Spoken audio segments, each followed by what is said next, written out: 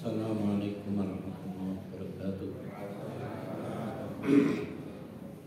Innal hamdalillah nahmaduhu wa nasta'inuhu wa nastaghfiruh wa na'udzu billahi min shururi anfusina wa sayyiati a'malina. May yahdihillahu fala mudilla lahu wa may yudlil fala hadiya lahu. Asyhadu an la ilaha illallah wa asyhadu anna Muhammadar Rasulullah. Allahumma anfa'na bima 'allamtana wa 'allimna ma yanfa'una wa zidna 'ilma. Amma ba'd. Alhamdulillah, dengan izin Allah setelah kita melaksanakan ibadah salat maghrib, kita akan melanjutkan ibadah sholawul ilm. Kemudian insyaallah kita sholat isya berjamaah bersama. Semoga seluruh amalan kita diterima Allah, diridhoi, dan kita selalu dalam lindungannya lahir dan batin.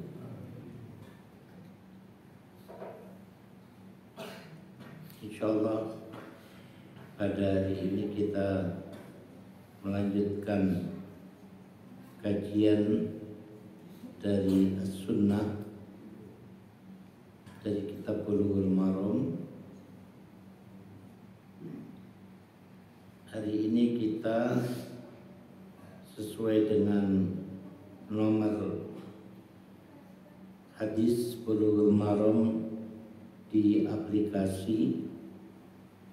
Kita akan mulai dari hadis nomor 1506.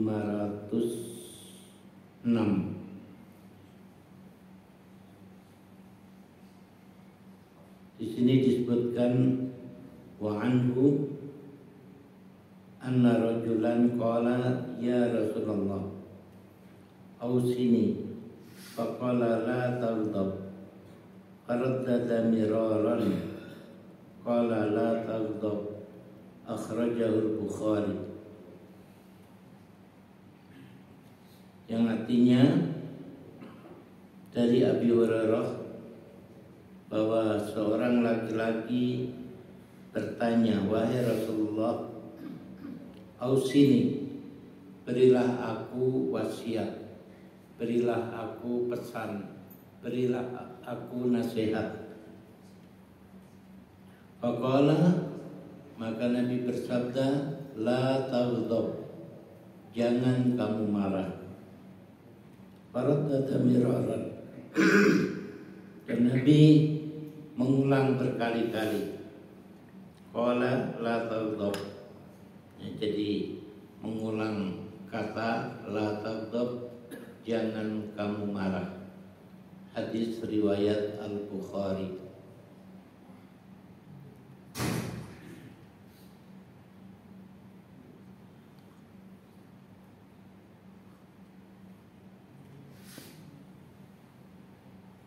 Para ulama sepakat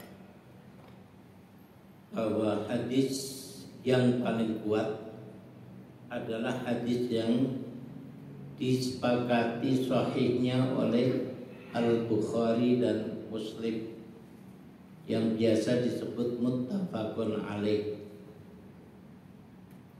Yang kedua, hadis Bukhari sendirian. Yang ketiga, hadis Muslim sendirian.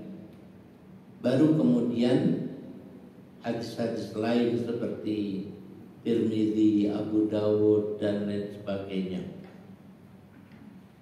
Untuk apa para ulama menetapkan ranking kesahihan hadis?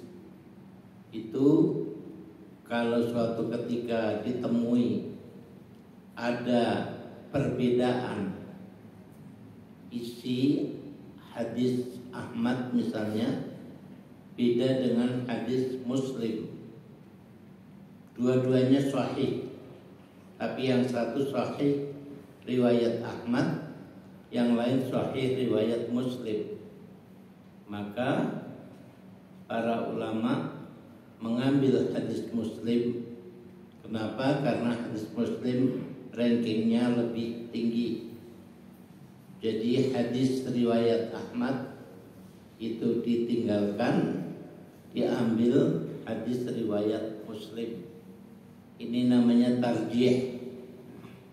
Tarjih itu artinya yang dipilih itu disebut rajih, sedangkan yang dikalahkan, yang ditinggalkan itu disebut marjuh.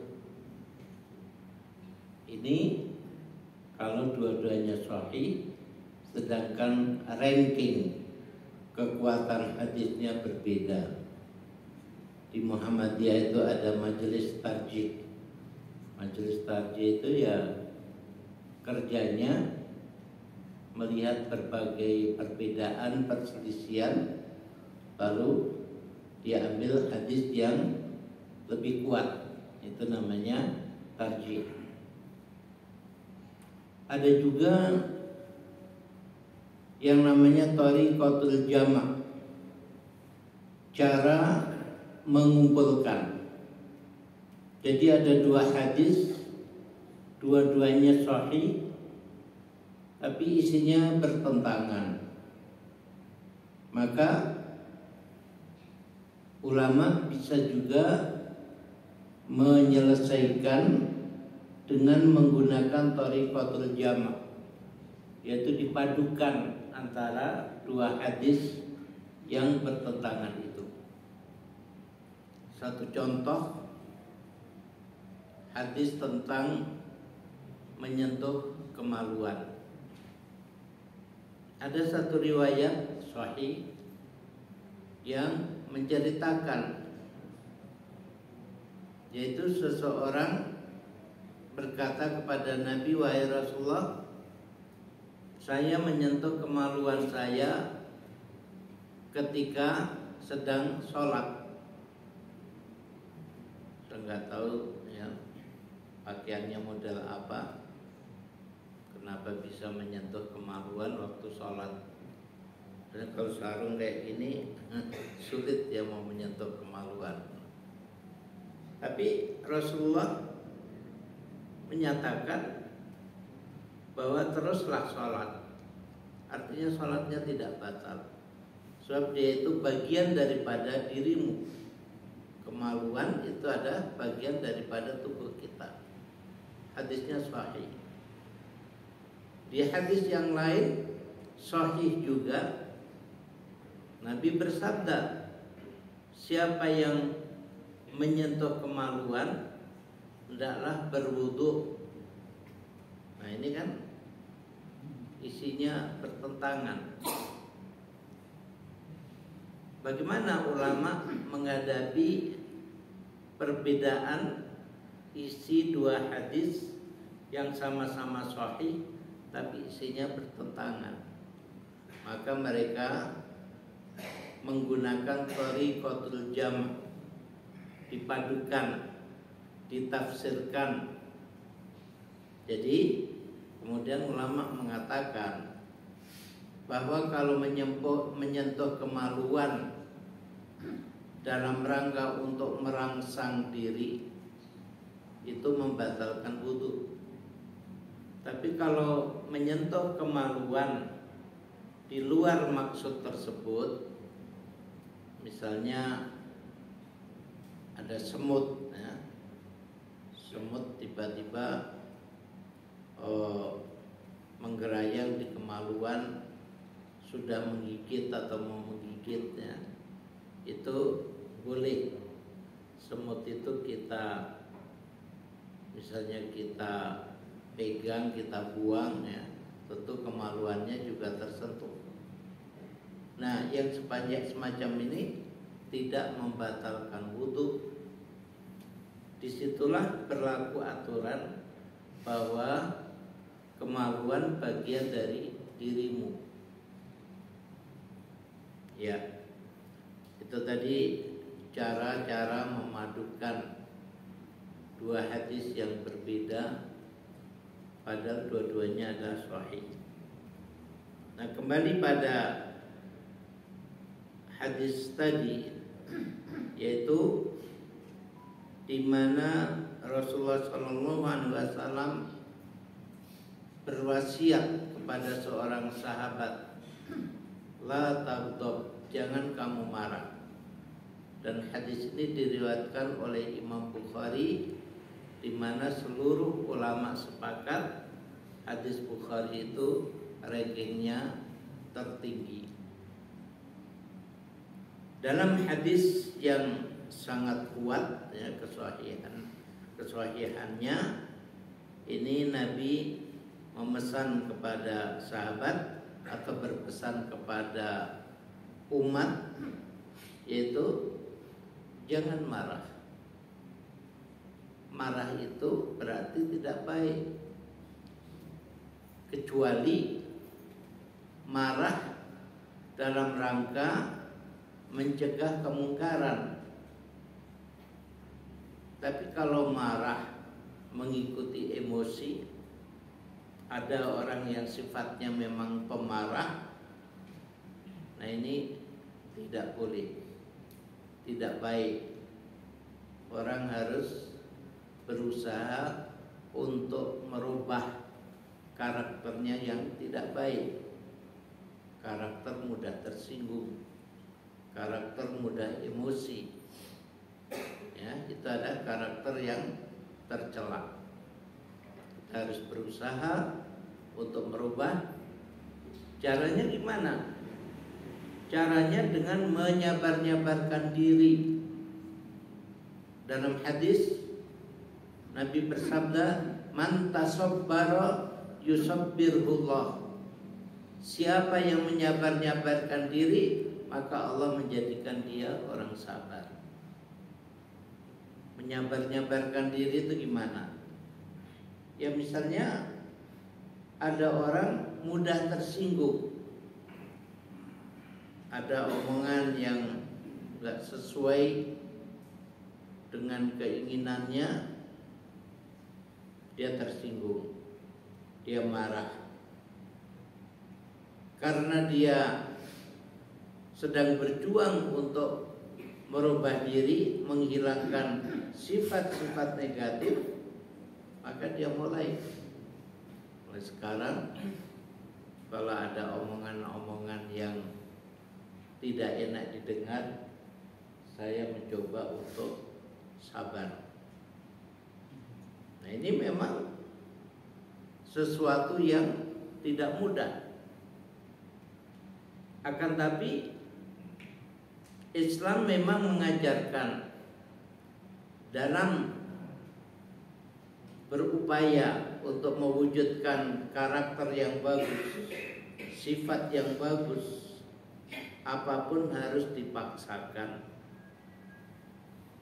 Karena itu ada juga hadis yang menyebutkan siapa yang berusaha untuk jujur, maka suatu ketika Allah akan menjadikan dia siddiq.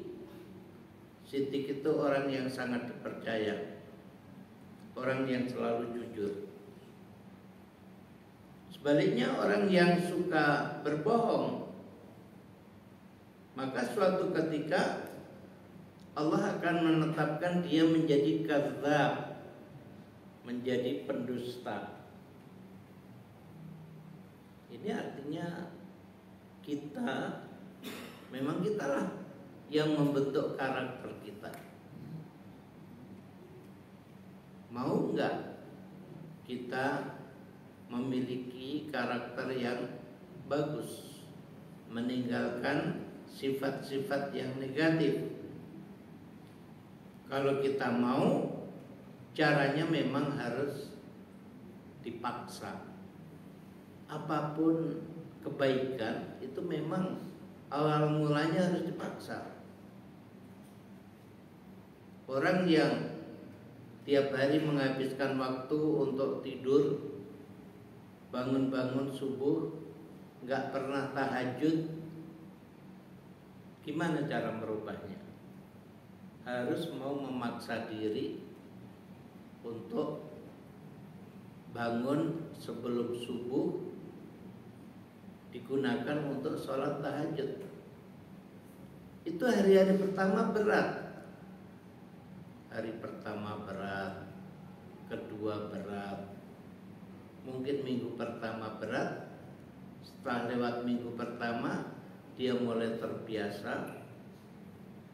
Nah, nanti kalau sudah terbiasa, yang namanya bangun pagi itu untuk tahajud itu otomatis, tidak perlu alarm. Ya, pokoknya sudah waktunya tahajud, dia otomatis bangun dan sholat tahajud. Kalau suatu ketika karena terlalu capek, lalu nggak sempat tahajud, dia merasa seperti ada sesuatu yang kurang, ya.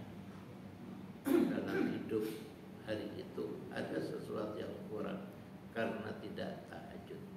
Nah, ini ketika karakter untuk istiqomah bertahajud itu sudah terbentuk. Sekali lagi, semua diawali dengan paksaan. Kita harus memaksa diri kita memiliki karakter-karakter positif. Kita harus memaksa diri kita meninggalkan karakter-karakter yang negatif. Ya, jadi Rasulullah berpesan secara umum, la taghdab, jangan marah. Kenapa marah itu dilarang? Kenapa kita nggak boleh marah? Artinya marah secara tidak benar, marah hanya karena mengikuti emosi. Karena al-ghadab matiyatus syaitan, marah itu adalah tunggangan setan.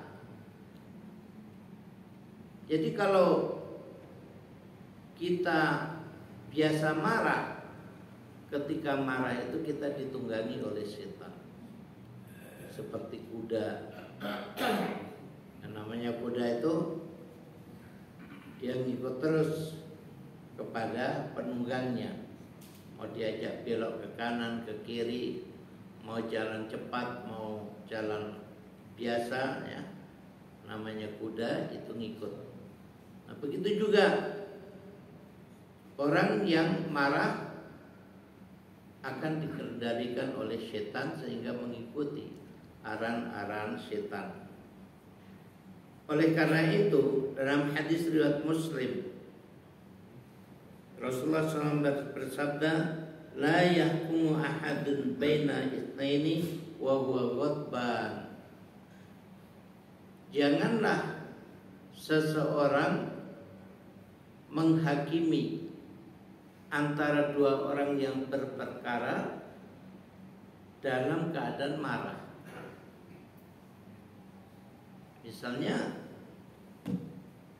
ada dua orang sengketa. Dalam sengketa ini salah satunya tidak memperhatikan adab sengketa.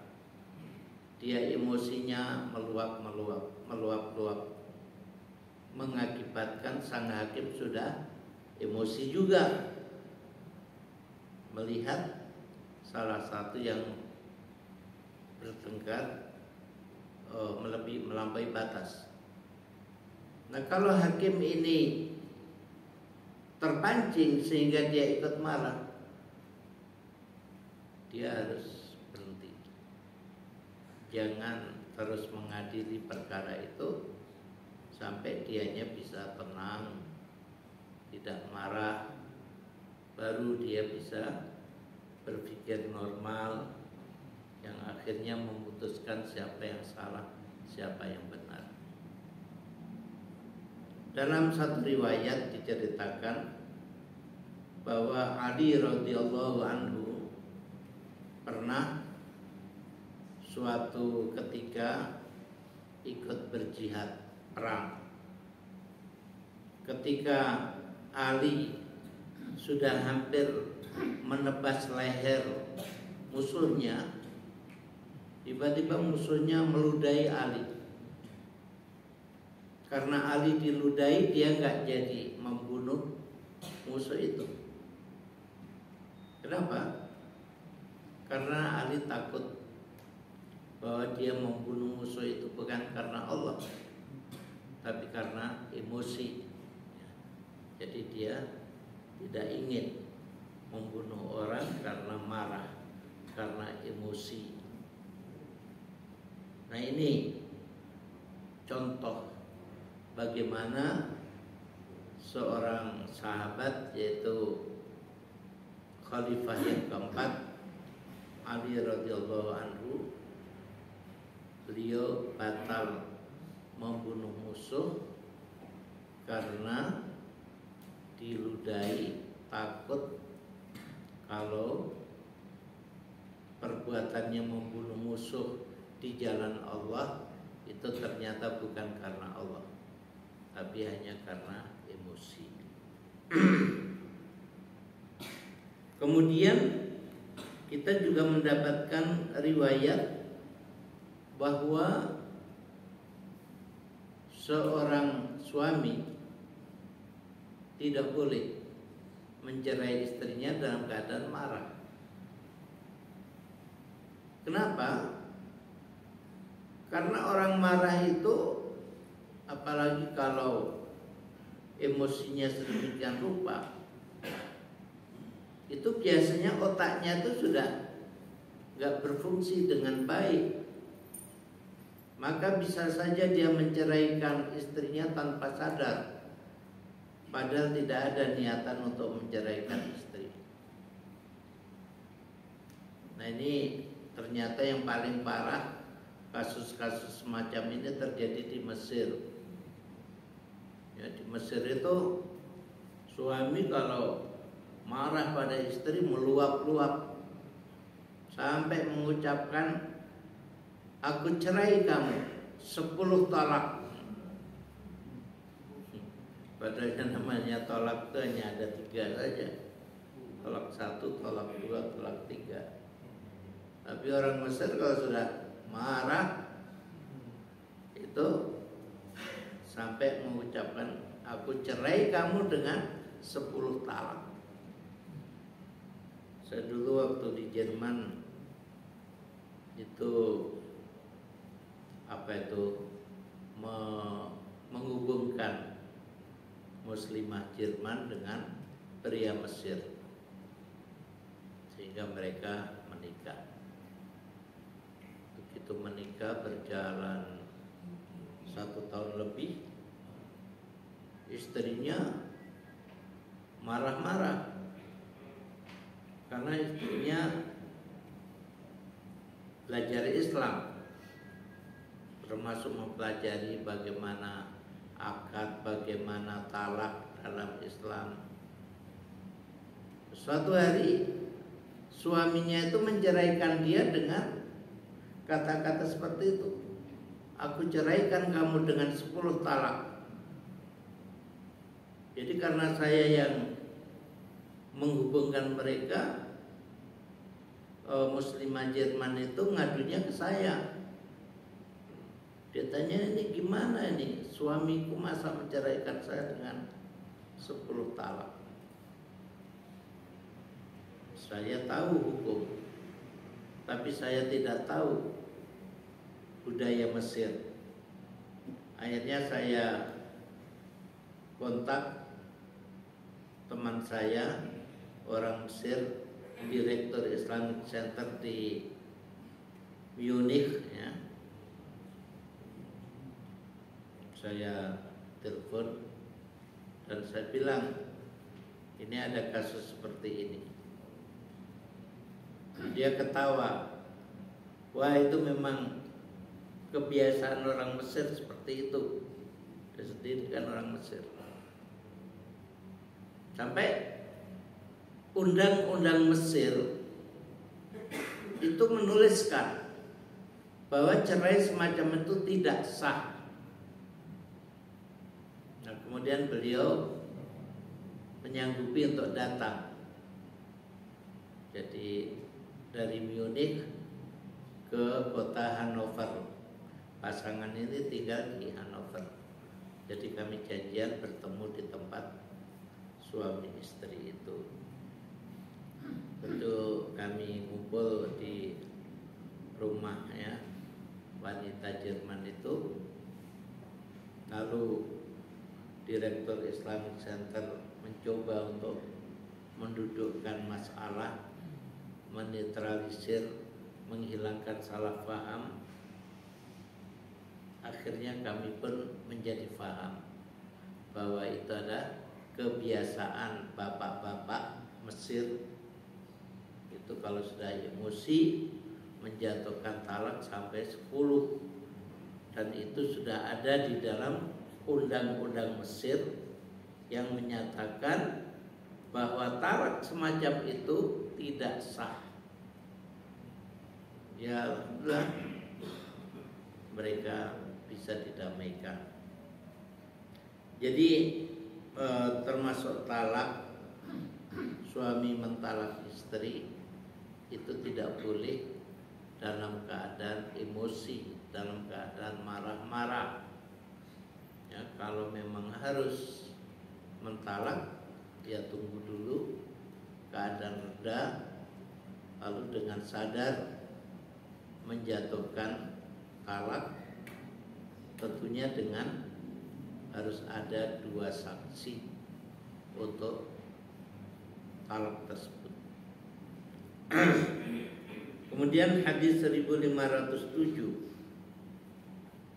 yaitu dari Khawla Al-Ansariyah radhiyallahu anha qalat qala Rasulullah sallallahu alaihi wasallam,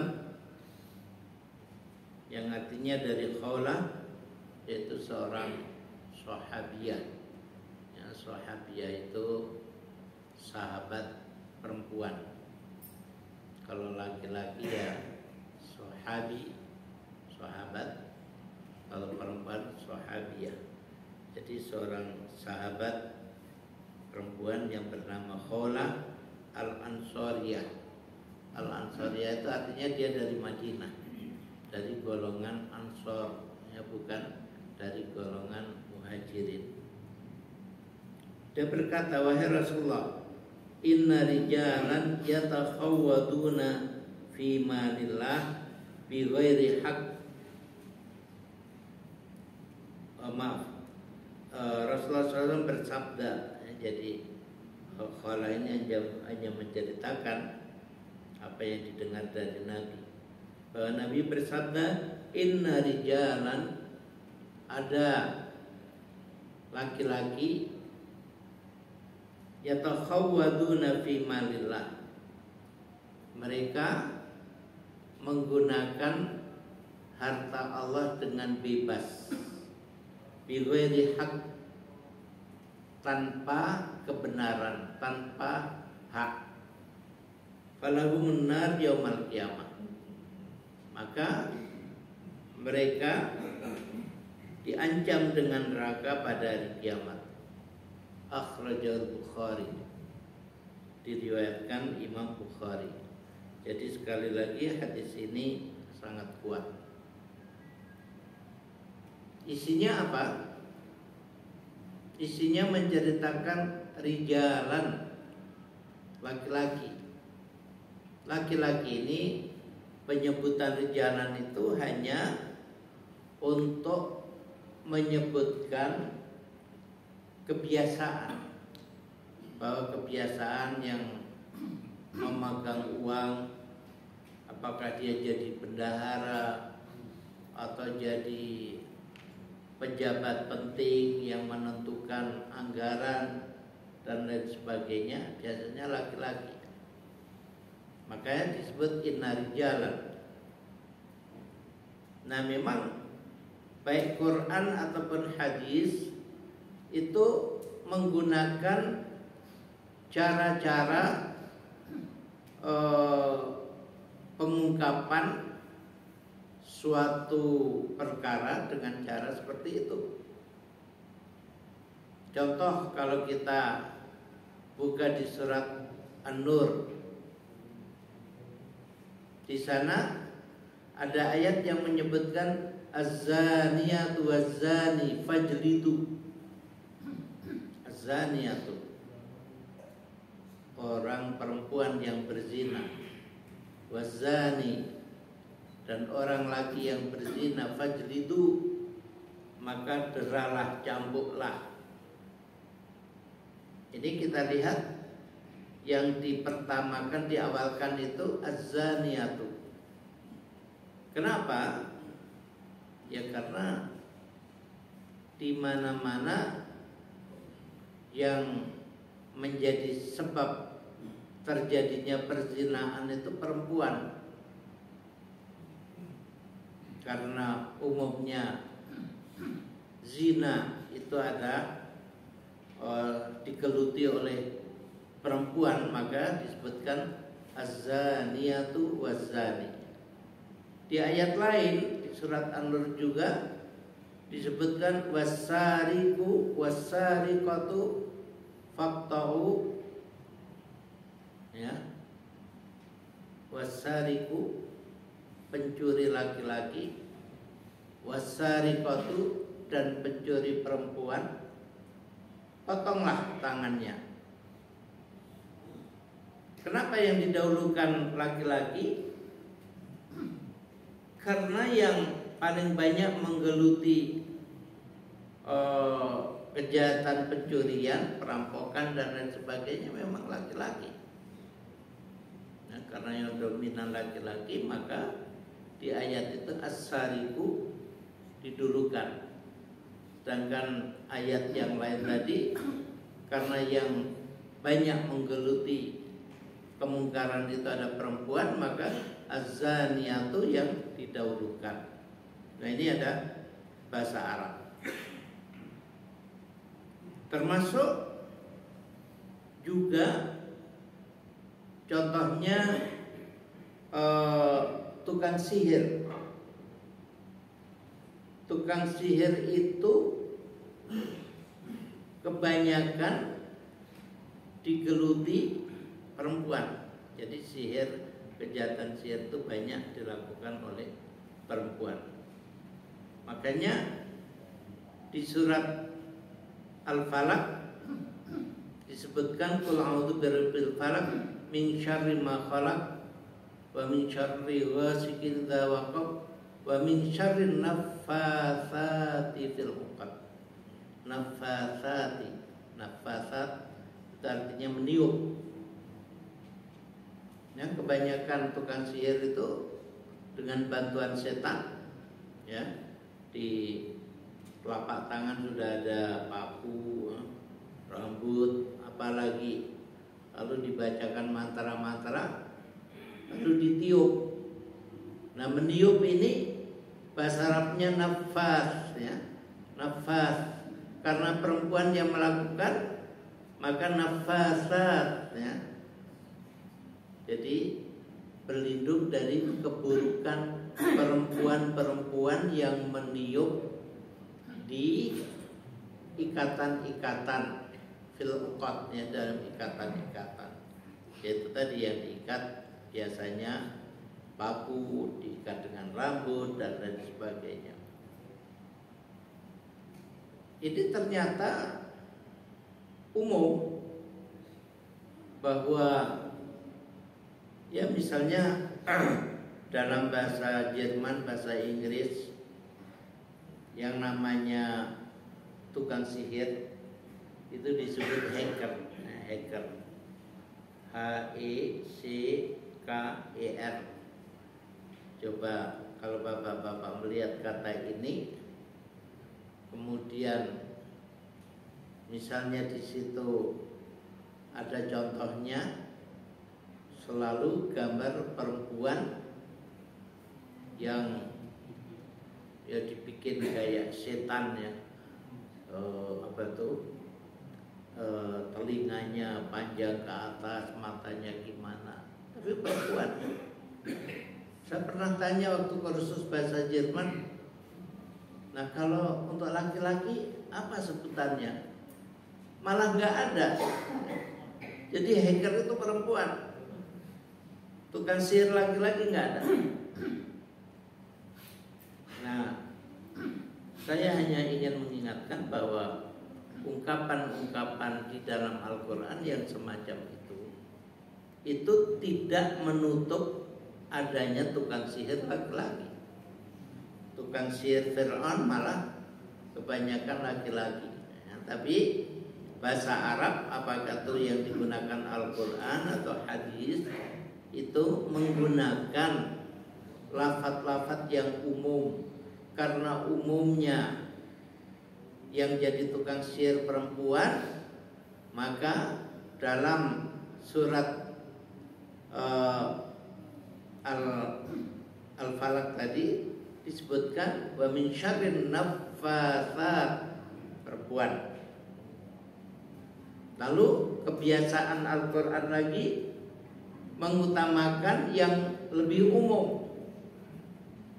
Karena profesi untuk menjual diri itu biasanya memang dilakukan perempuan, maka dalam surat An-Nur az-zaniyatu didahulukan, pezina perempuan, baru wazani, pezina laki-laki, pukullah, deralah. Sedangkan terkait dengan pencurian, Allah mendulukan wasariku, baru wasariqatu, pencuri laki-laki, baru pencuri perempuan. Ya, ini indahnya bahasa Arab.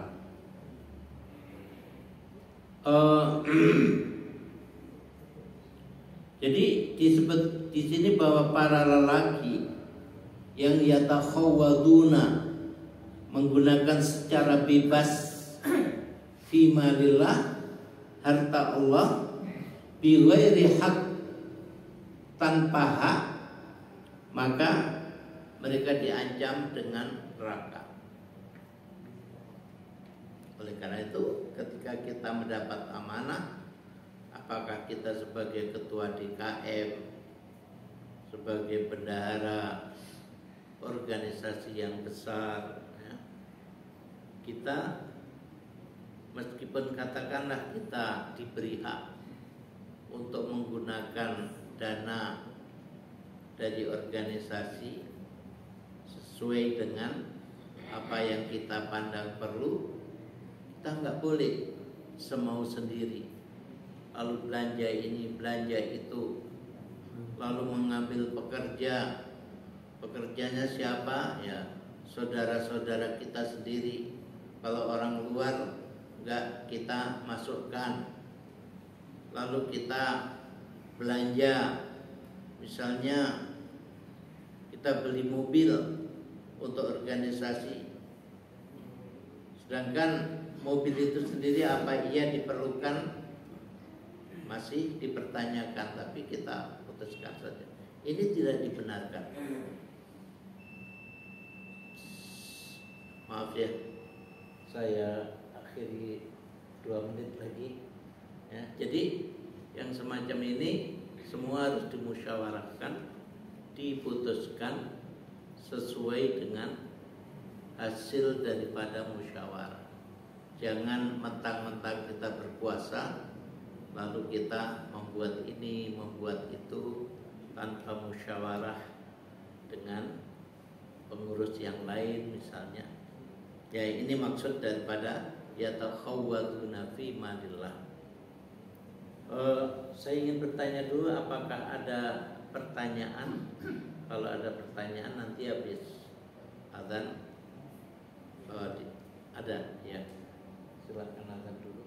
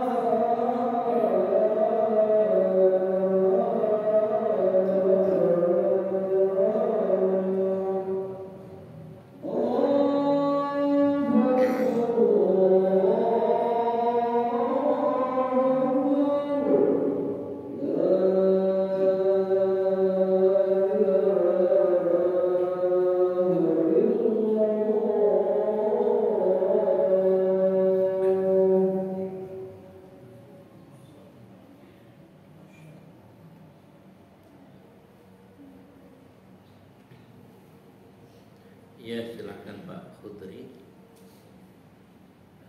Assalamualaikum warahmatullahi wabarakatuh. Waalaikumsalam warahmatullahi wabarakatuh.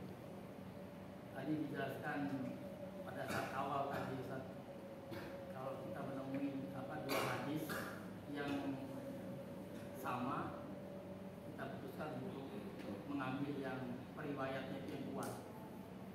Tadi diambil Muslim. Ini ada kisah lagi yang sama ini. Mana yang lebih kuat Ustaz? Kisahnya pada saat Nabi naik mimbar, ada yang datang terlambat.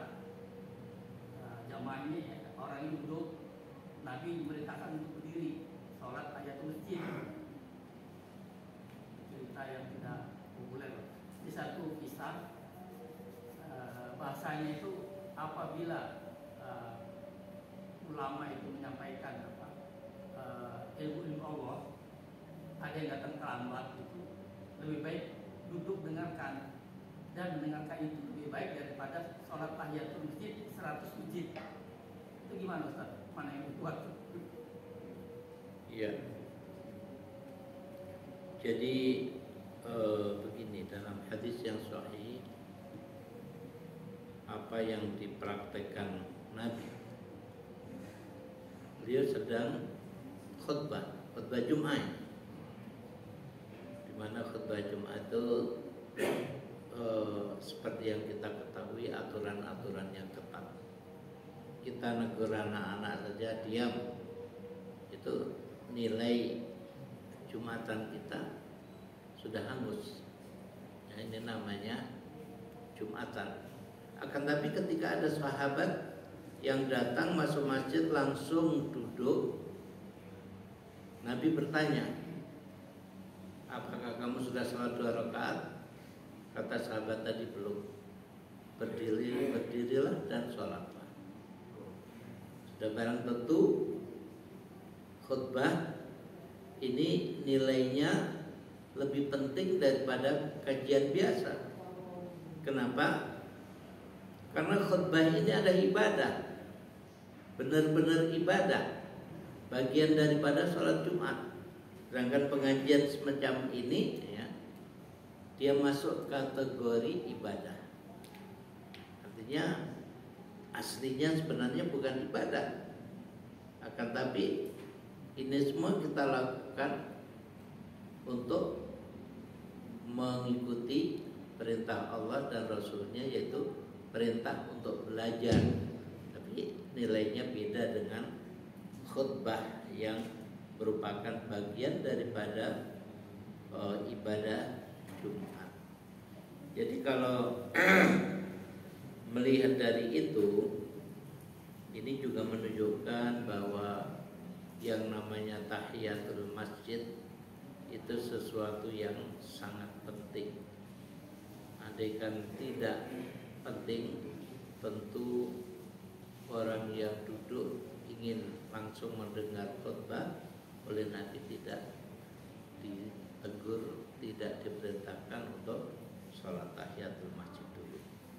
Wallahu a'lam. Tapi tetap saja semua ulama juga sepakat bahwa tahiyatul masjid itu sunnah muakkadah. Tetap aja dia bukan wajib, ya. Hukumnya sunnah muakkadah. Ya, ada lagi?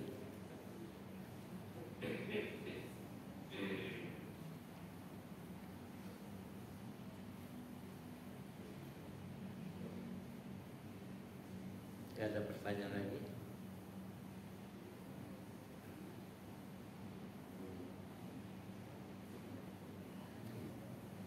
Kalau nggak ada, kita cukupkan. Semoga bermanfaat dan kita akhiri dengan kafaratul majlis. Subhanallah.